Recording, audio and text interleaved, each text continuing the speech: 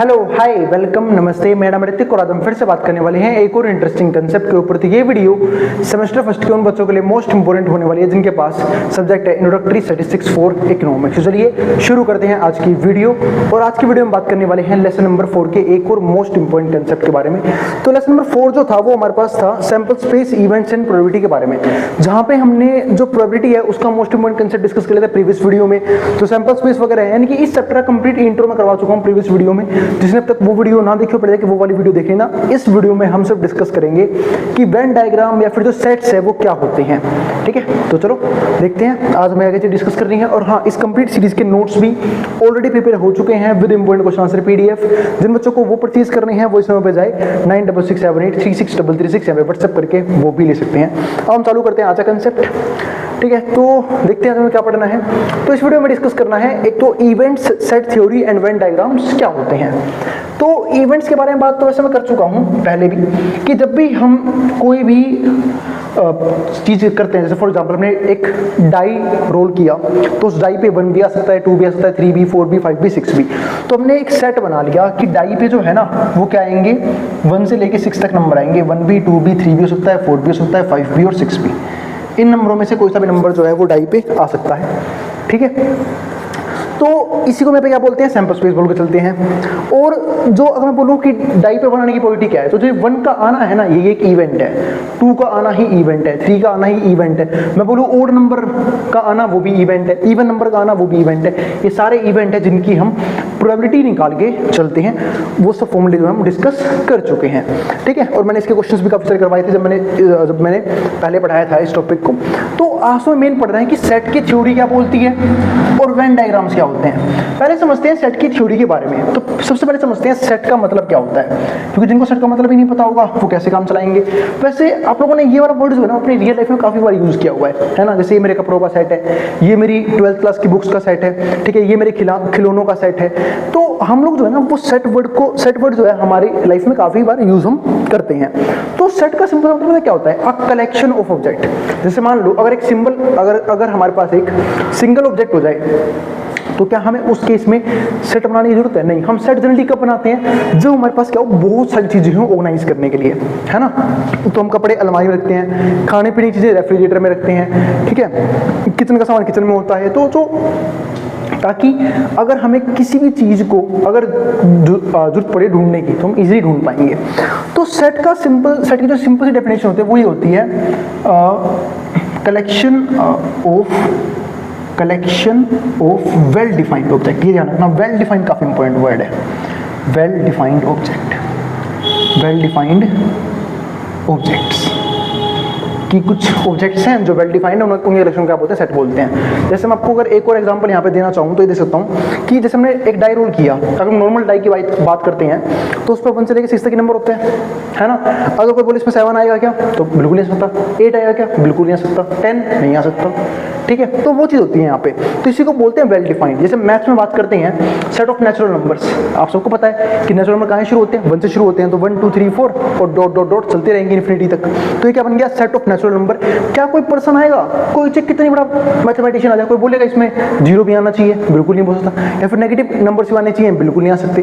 तो इसी को बोलते हैं well defined collection of object, इनकी जो सबके लिए सेम है। कोई बेवकूफ ही होगा, कोई पागल ही होगा जो बोलेगा आपको इसमें ये भी इंक्लूड करना है या फिर आप इसमें से ये आपको हटा देना चाहिए। ठीक है, जिनकी वो एक जनरल ट्रूथ बन चुका है जिसके ऊपर कोई भी कंट्रोवर्सी नहीं कर सकता। ठीक है, जैसे मैं कोई एक और एग्जांपल देता हूँ सेट का। जैसे कोई आपसे पूछे कि टॉप 10 बैट्समैन, क्या ये सेट बनेगा? नहीं बनेगा, क्योंकि इसमें लोगों की राय जो है अलग अलग हो सकती है। हो सकता है किसी को विराट कोहली पसंद हो सकता है किसी को सचिन तेंदुलकर पसंद हो सकता है किसी को धोनी पसंद हो। तो सबकी राय अलग अलग होने की वजह से हम जो है इसे सेट यहाँ पे नहीं बोल सकते, है ना। ये भी चीज ध्यान रखना, ठीक है। लेकिन जब मैं आपको बोलूं कि all batsman in the world, तो वो सेट बन जाएगा, क्योंकि यहाँ पे सारे ही बैट्समैन आएंगे। तो उम्मीद है आप लोग समझ आ गए ये सेट का मतलब क्या होता है। तो सेट तो मैंने समझा दिया, अब वेन डायग्राम तुम आगे पढ़ लेंगे। अभी मैं सेट के बहुत सारे ऑपरेशंस भी समझने का मौका मिलेगा, एक एक करके देखते हैं। पहले यहाँ पे एक पॉइंट लिखा हुआ है कॉम्प्लीमेंट ऑफ एन इवेंट। वैसे मैं एक काम करता हूँ, पहले आप लोगों को समझा ही लेता हूँ, पढ़ बाद में लेंगे थ्योरी, है ना।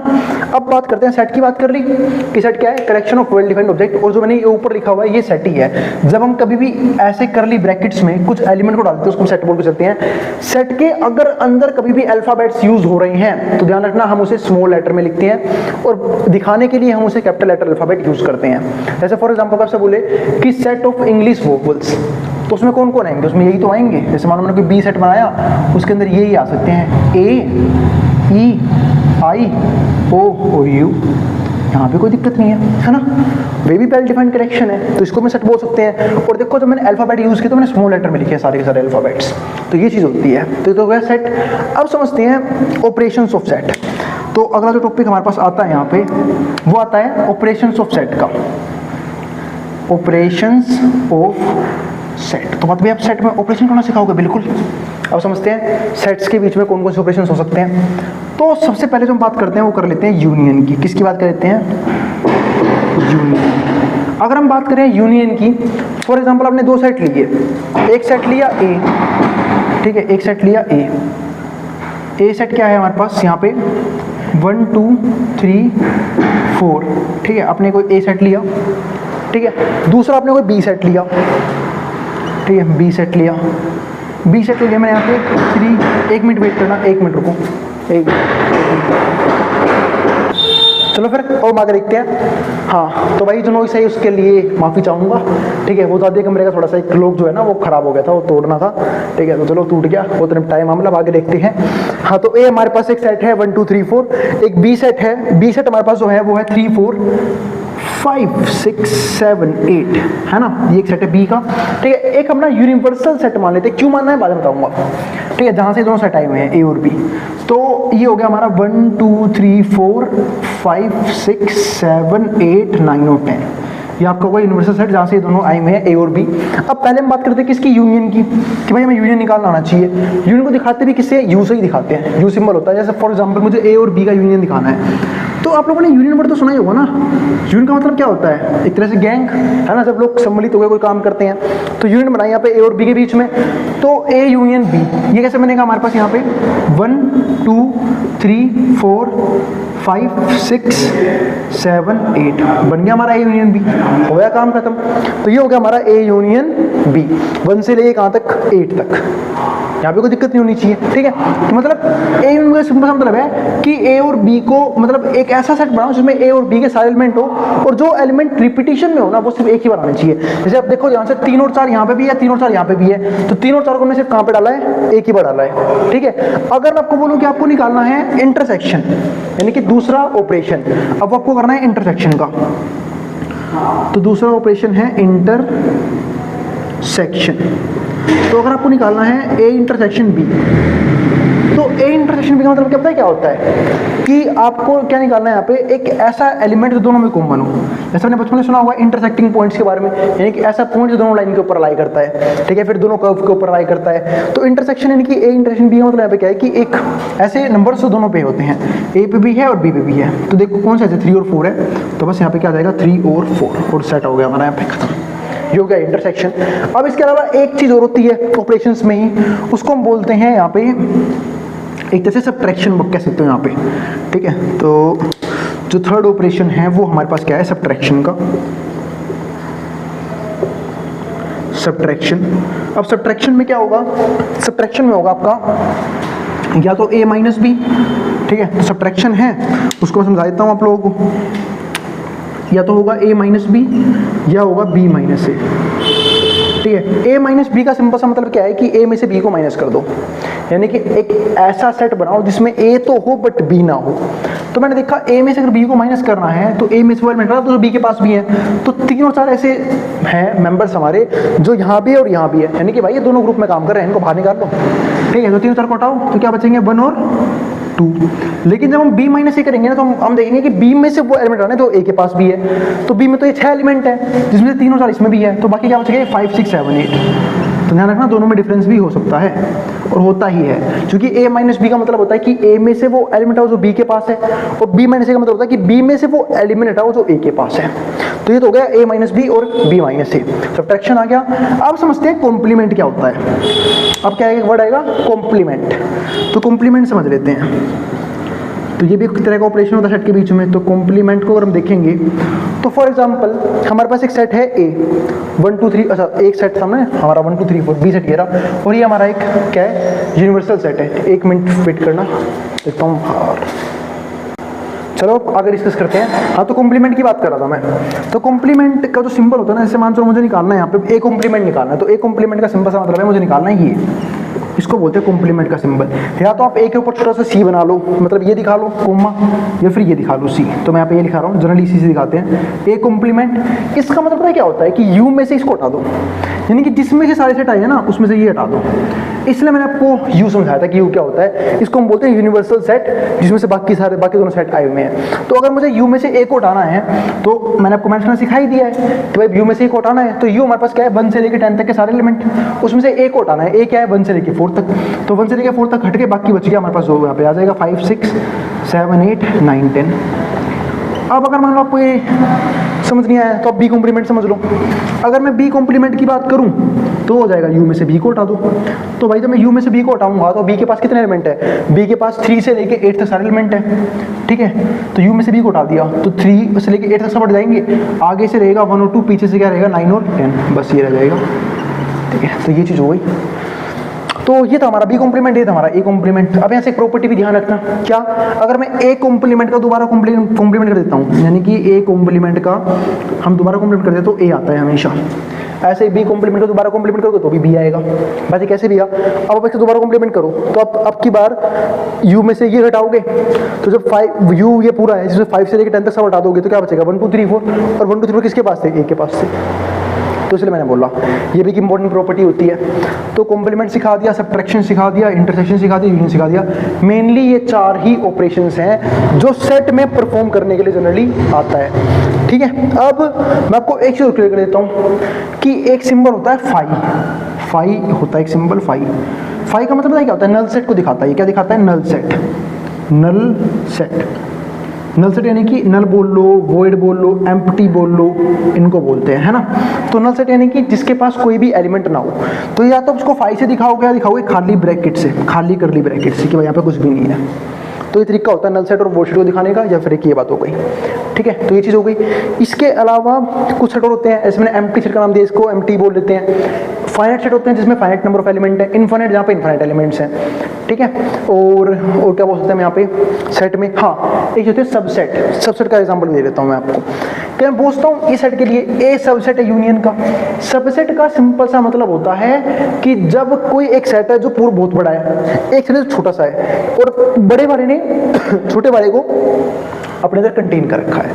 जैसे फॉर एग्जांपल अगर मान लो आप किसी कॉलेज में पढ़ रहे हो, तो आपका जो कोर्स है वो पूरे कोर्स, आपका जो कोर्स के बच्चे हैं वो पूरी कॉलेज का क्या होगा, सबसेट होगा। क्योंकि पूरी कॉलेज में हर एक कोर्स के बच्चे आएंगे और आपके कॉलेज में सिर्फ आपके कोर्स के बच्चे आएंगे। अगर सपोज आप क्लास 11th में पढ़ रहे हो तो क्लास 11th क्या है, पूरे स्कूल का सबसेट है, क्योंकि पूरे स्कूल में तो बहुत सारी क्लासेस हैं, क्लास 11 सिर्फ एक ही है, तो क्लास 11 हो जाएगी, सबसेट हो जाएगी पूरे स्कूल का। ऐसे ही जो ये ए है सबसेट है यू का, ये बी है सबसेट है यू का, और हम यू को यहाँ पे क्या बोल सकते हैं, सुपर सेट। अगर ये सबसेट है तो ये हमारा क्या बन जाएगा, सुपर सेट, क्योंकि इसने सारे एलिमेंट कंटेन कर रखे हैं, ये सुपर है, सबसे ज्यादा एलिमेंट इसके पास है। तो ये चीज हो गई। तो ये मैंने करवा दिया, ऑपरेशंस का मेन काम खत्म। अब थोड़ा सा थ्योरेटिकली डिस्कस कर लेते हैं इस चीज को। अब थ्योरेटिकली है क्या वो देखते हैं। तो events, set theory and Venn diagrams, इस चैप्टर को हम इसी वीडियो में खत्म कर देंगे। लास्ट में प्रोबेबिलिटी को लेकर कुछ चीजें हैं, कुछ डाटा है, कुछ प्रॉपर्टीज हैं, वो मैं डिफाइन कर दूंगा बिल्कुल आखिरी में, और फिर हमारा जो चैप्टर का खत्म हो जाएगा। हाँ, प्रोबेबिलिटी का बिल्कुल बेसिक कंसेप्ट मैं करवा चुका हूँ पहले से ही। अब यहाँ पे समझो, complement of an event A is denoted by A complement, बता चुका हूं। कॉम्प्लीमेंट किसी भी इवेंट ए का दिखाया जाता है ए कॉम्प्लीमेंट से। A complement represented as a A complement is the set of all outcomes. से क्या होता है, सेट होता है हर एक आउटकम्स का इन द सैंपल स्पेस, ठीक है, सैंपल स्पेस के अंदर, that are not contained in set A, यानी कि जो सेट ए के अंदर कंटेन्ड नहीं है। यानी कि ए कॉम्प्लीमेंट का सिंपल सा मतलब यहाँ पे क्या है कि आप सारे आउटकम्स लोगे लेकिन उसको छोड़ के जो ए के पास है, मैंने बोला ना यहाँ पे जब हमने ए यहाँ पे 1 2 3 4 लिखा था, यू हमने 1 से लेकर 10 तक लिखा था, तो जब ए कॉम्प्लीमेंट निकालोगे तो क्या बोलोगे कि इसके अंदर से हम सब लेंगे लेकिन वो छोड़ देंगे जो 1 के पास है। वही चीज यहाँ पे ये थ्योरी की फॉर्म में।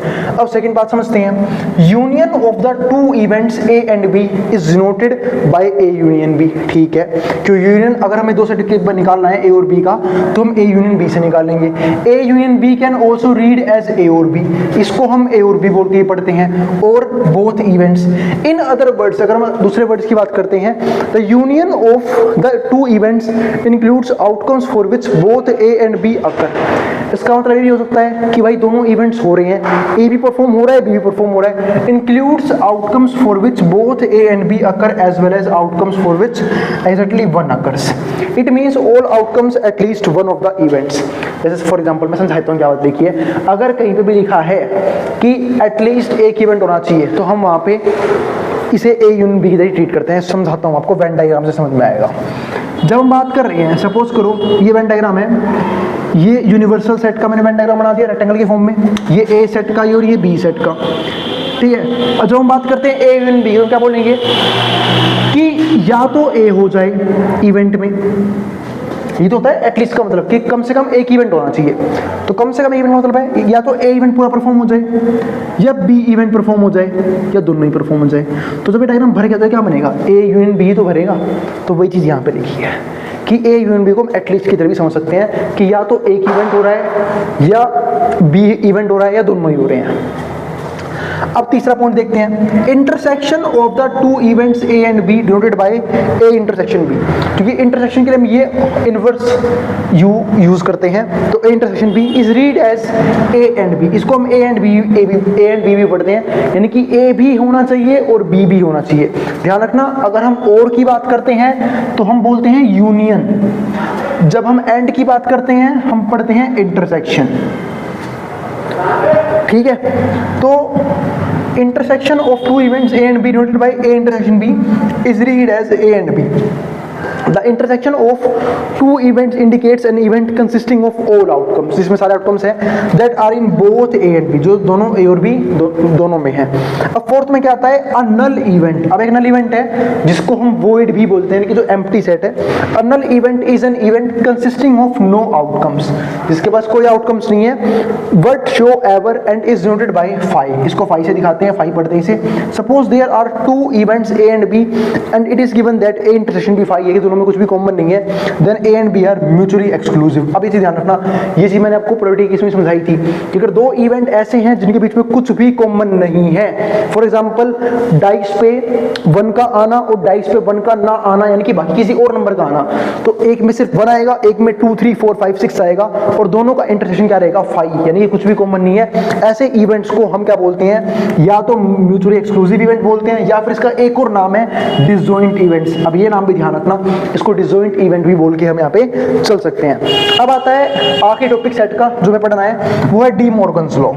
अब ये डी मॉर्गन्स लॉ क्या होता है, वो पहले मैं आपको सिंपल तरीके से बता देता हूँ यहाँ पे, कि अगर आप ए यूनियन बी का कॉम्प्लीमेंट कर रहे हो, ठीक है, और अगर कॉम्प्लीमेंट का सिंबल अंदर आया तो अंदर आ सकता है, बस एक काम करना है, यूनियन को पलट के इंटरसेक्शन बनाना है। तो A intersection A complement intersection B complement, एक तो ये होता है डी मॉर्गन्स लॉ। एक ये भी होता है, अगर आपको ए इंटरसेक्शन बी का होल कॉम्प्लीमेंट करना है, तो जब कॉम्प्लीमेंट अंदर आएगा तो ये होगा ए कॉम्प्लीमेंट, सिंबल इंटरसेक्शन से यूनियन में चेंज हो जाएगा बी कॉम्प्लीमेंट ही होता है हमारे।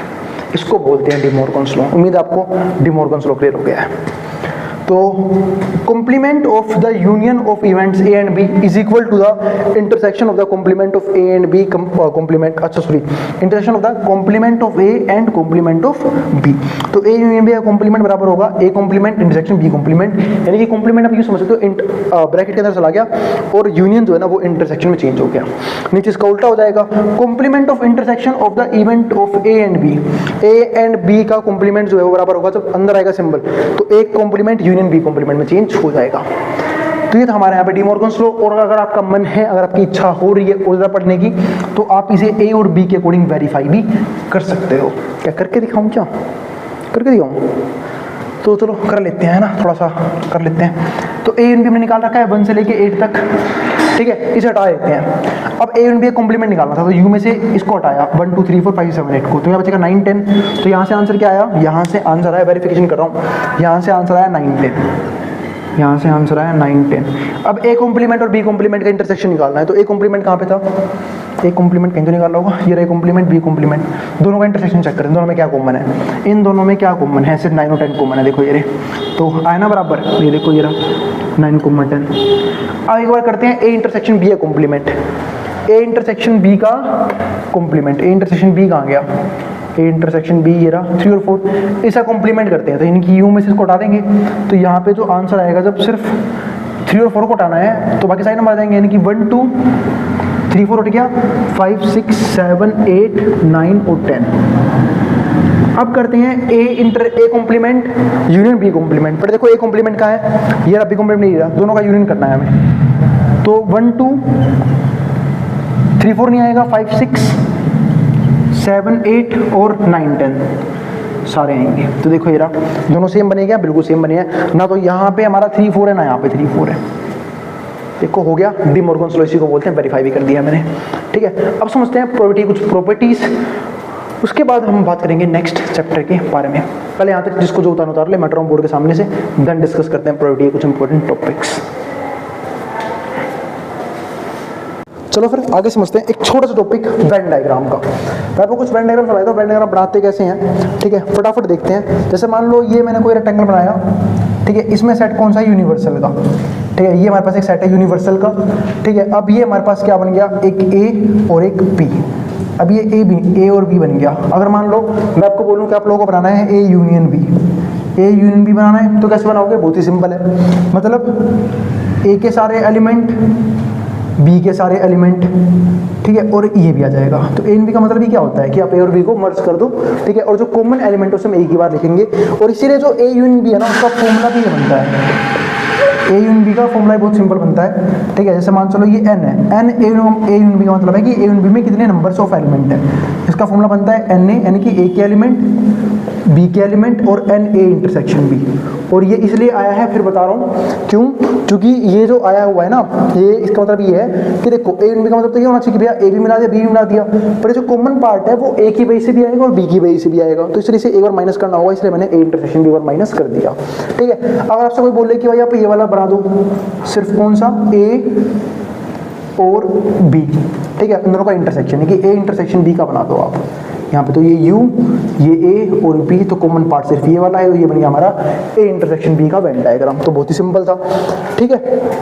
और हाँ, यहाँ से आपको अगर ए इंटरसेक्शन बी का फॉर्मूला बनाना है, तो ये यहाँ के प्लस का हो जाएगा एन ए इंटरसेक्शन बी, और ये हो जाएगा हमारा एन ए प्लस में एन बी और माइनस में एन ए यूनियन बी, ये भी चीज़ ध्यान रखना है, ठीक है।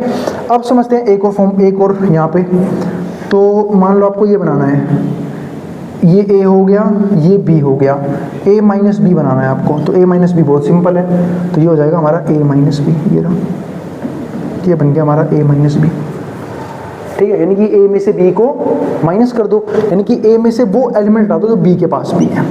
लेकिन यहीं पर अगर आपको ये बोलता बी माइनस ए बना दो, तो आप ऐसे बनाते बी माइनस ए, ये आपका ए, ये आपका बी, ए बी, आपको बनाना है कौन सा, बी माइनस ए, तो ये बनेगा बी माइनस ए, ये बन गया हमारा बी माइनस ए, तो ये ए माइनस बी बन गया। अच्छा, इसको बाहर दिखाता हूँ, ये बन गया ए माइनस बी, ये बन गया हमारा बी माइनस ए, यानी कि बी में से वो एलिमेंट माइनस कर दो ए के पास भी है। इसी को हम ऐसे भी लिखते हैं, ए माइनस में ए इंटरसेक्शन बी, और यहाँ पे आप ऐसे लिखोगे इसे, बी माइनस में ए इंटरसेक्शन बी, ठीक है, ऐसे लिखोगे, कैसे भी लिख लो, बात एक ही है, ठीक है। अब एक और चीज़ समझते हैं, यहाँ पे ये चीज़ समझ रही, ए का कॉम्प्लीमेंट कैसे बनाओगे, जैसे सपोज करो अभी ये वेन डायग्राम है, हमारे पास ये ए है, आपको बनाना है ए का कॉम्प्लीमेंट, तो ये ए है पूरा का पूरा, ए कॉम्प्लीमेंट का मतलब है कि यू में ए नहीं होना चाहिए, मान लो ये यू है, तो ये हो गया हमारा ए कॉम्प्लीमेंट, ये पूरा हमारा ए कॉम्प्लीमेंट है पूरा, कि यू में ए नहीं होना चाहिए, ये आप शेड कर लोगे, ठीक है। अब थोड़ा सी की बात भी कर लेते हैं, जैसे मान लो ये हमारे पास एक यूनिवर्सल सेट है, आपको ए मिल गया, बी मिल गया और सी मिल गया। अगर मैं आपसे बोलूँ कि आपको बनाना है A intersection B intersection C, तो ये बनेगा कॉमन रीजन जो तीनों में है, A intersection B intersection C. लेकिन अगर आपको मान लो ये बनाना है ए बी सी में, ठीक है, ए बी और सी, आपको बनाना है A union B union C, तो A union B union C, तो ये ऐसे बना लोगे आप लोग, तीनों ही आ जाएंगे A union B union C में, तो ये हो गया। यहीं से आपको इसका फॉर्मूला भी समझा देता हूँ। इसका जो फॉर्मूला होता है ना वो ये होता है, n A union B union C का फॉर्मूला बहुत ही सिंपल है, एन ए प्लस में एन बी प्लस में एन सी माइनस में n A intersection B minus में n B intersection C minus में एन ए इंटरसेक्शन सी और प्लस में n A intersection B intersection C. ठीक है, ये हमारा बहुत ही सिंपल फॉर्मूला होता है इस चीज़ का। ठीक है, तो ये एक फॉर्मूला आप लोग यहाँ पे याद कर लेना। ठीक है, तो बस इतना ही बहुत है आज की वीडियो में, ऐसा सब कुछ डिस्कस कर लिया हमने यहाँ पे। तो ये हमारा बन गए, ये हमारे कुछ टॉपिक्स हो गए यहाँ पे, तो ये डायग्राम भी क्लियर हो गया। अब हम मिलेंगे अगली वीडियो में, ठीक है, जहाँ पे हम बात करेंगे प्रोबेबिलिटी की कुछ इंपॉर्टेंट प्रॉपर्टीज़ के बारे में। ठीक है, तो अगर वीडियो पसंद आई तो वीडियो को लाइक किए बिना मत जाना और चैनल को सब्सक्राइब भी कर देना ऐसी वीडियोस के लिए, और उन बच्चों में शेयर भी कर देना जिन बच्चों का एग्जाम होने वाला हो सेम सब्जेक्ट का। जिसको जो उतारना उतार सकता है, और नोट्स के लिए आप इस नंबर पर व्हाट्सएप करके नोट्स भी ले सकते हैं, अब जिसको जो उतारना उतार ले।